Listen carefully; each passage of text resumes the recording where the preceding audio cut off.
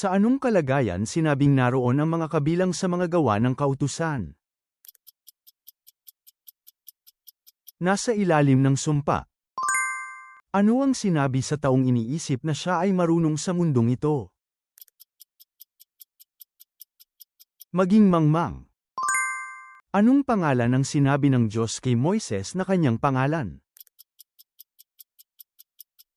Ako nga. Ano ang pinakamahalagang binigyang diin ni Jesus sa mga alagad sa pamamagitan ng talinghaga ng puno ng ubas at ng mga sanga? Manatili kay Jesus. Aling hari ng Juda ang dinalang bihag sa Babilonya? Jehoiakin. Inilabas na ang Biblia sa Salita App. Pagbabasa ng Biblia, multiple choice na quiz sa Biblia na may mga pahiwatig at paliwanag. Pagsasaulo ng Biblia at Havruta Family Devotion. Maaari mo itong i-install sa pamamagitan ng pag-click sa link ng profile ng channel.